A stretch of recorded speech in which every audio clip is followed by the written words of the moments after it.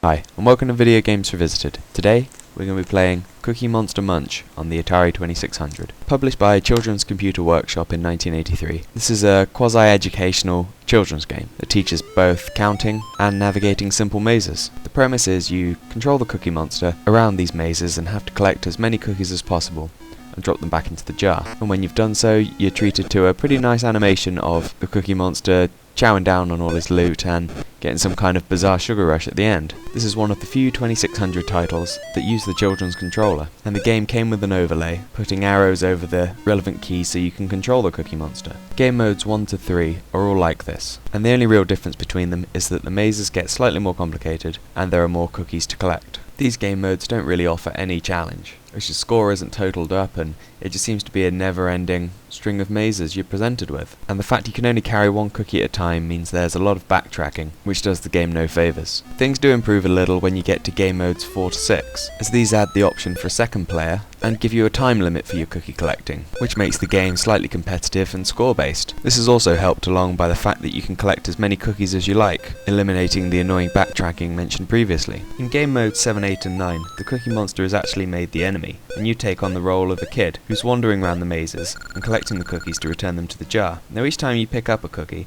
the Cookie Monster will start chasing after you, and if he gets to you before it's dropped in the jar, you'll lose that cookie. Now I don't think the Cookie Monster could ever be considered threatening, but him pursuing you through the maze does add a slight element of threat that isn't present up until this point. The fact that the Cookie Monster will eat up any cookies he comes to whilst chasing you through the maze means the player must also start thinking strategically and collecting the cookies further away from him if he wants to rack up a higher score.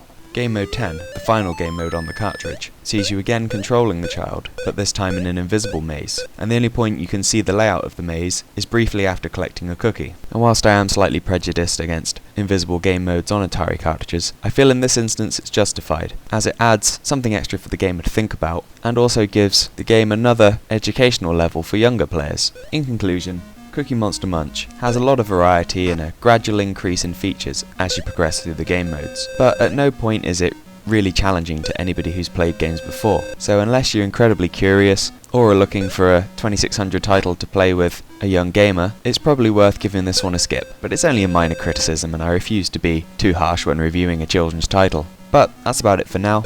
I hope you enjoyed this review, and I'll see you next time. Take care.